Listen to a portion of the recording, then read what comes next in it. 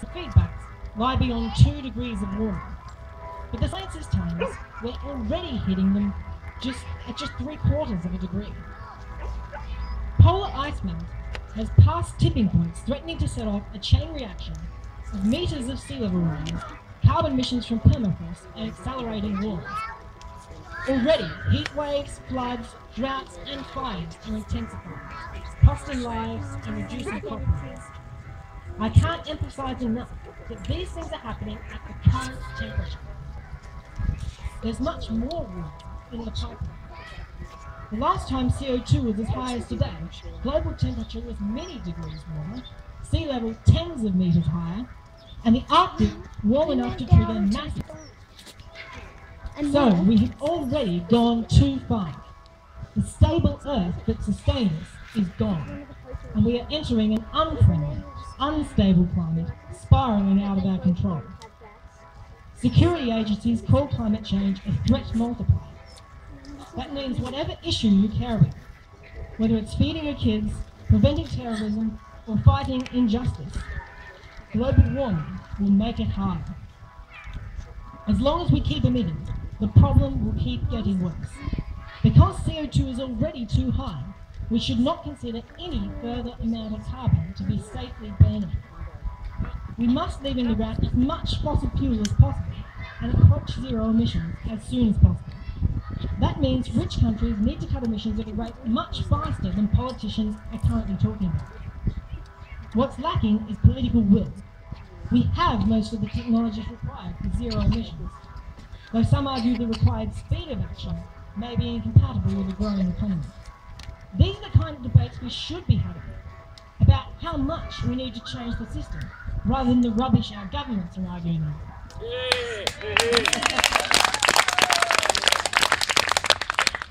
But we no longer have a non-radical option. It's either radical change now or radical collapse later. Unfortunately, cutting emissions isn't enough anymore. It's difficult to avoid concluding we humans must now take on the hazardous role of climate engineers to restore a safe climate by directly cooling the planet. This is a controversial issue, but it's something that I think we need to talk about. Don't get me wrong, there's a lot of complex problems with geoengineering, and it's no get-out-of-jail-free card, merely a band-aid. To treat the symptoms, it's too late to prevent. Our inescapably urgent task is to stop putting the carbon up there. The decisions made in the next few years will determine the extent of global warming for millennia.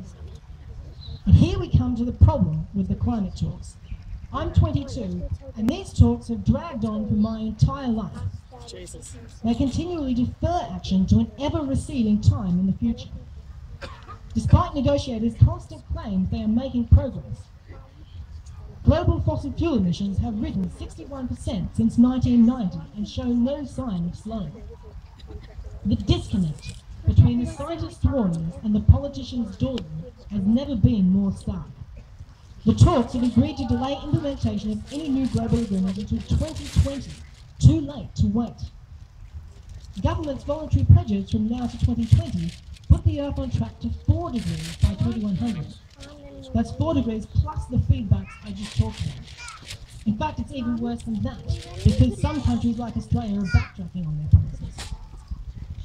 This is extremely reckless in light of the mounting evidence that less than 1 degree is dangerous. 4 degrees could mean collapse of the food chain, the Amazon rainforest burning up, southern Australia turning to desert, and more. Climate scientist Kevin Anderson says 4 degrees would be incompatible with human civilization and beyond adaptation. Last year's climate talks in Warsaw were a farce, hosted by a denialist government, sponsored by the fossil fuel industry, and obstructed by an Australian delegation who said no to everything, as you can imagine. It's now more obvious than ever we're being run by the corporations for the corporations.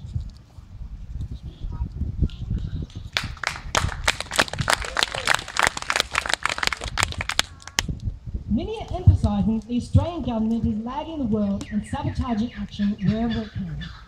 And that's true. Our government is probably the brownest in the rich world. We're basically being run by the fossil fuel industry. And I don't need to tell you how appalling Tony Abbott has been to the climate. But Australia's extremism provides a useful scapegoat for other governments who are also failing to act on the necessary steps. We must stop arguing that Australia should get on the bandwagon. There is no bandwagon to get on. The policies announced recently by the US and EU are aimed at moderate emissions cuts by 2030, with deeper cuts by 2050, you believe politicians can guarantee making it. These targets might have been wonderful if they'd been enacted 20 years ago, when we still had time to phase out emissions gradually. But because our leaders have chosen to listen to big business instead of scientists, we no longer have that luxury. If we let these talks drag on until today's children are my age, it will be far too late.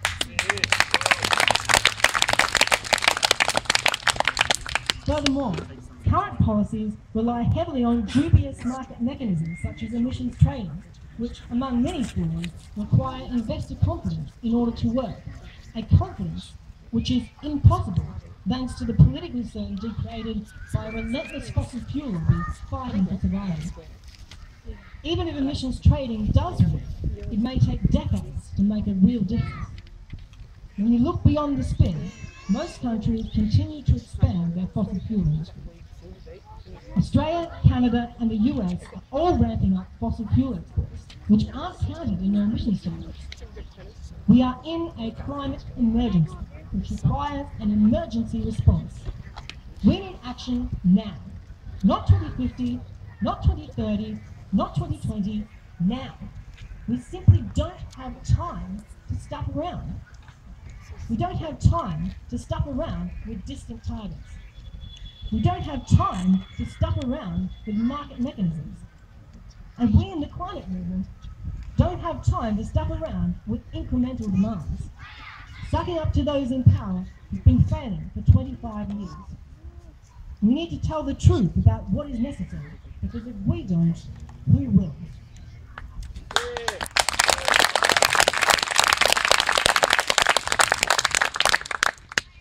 There are days when I feel the situation is hopeless.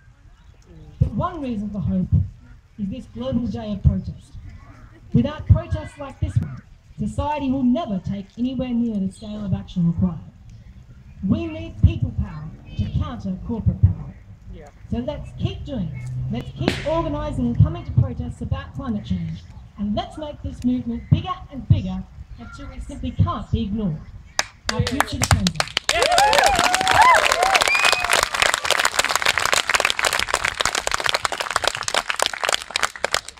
Said he'd never spoken in public before. Brilliant. Give him another round of applause.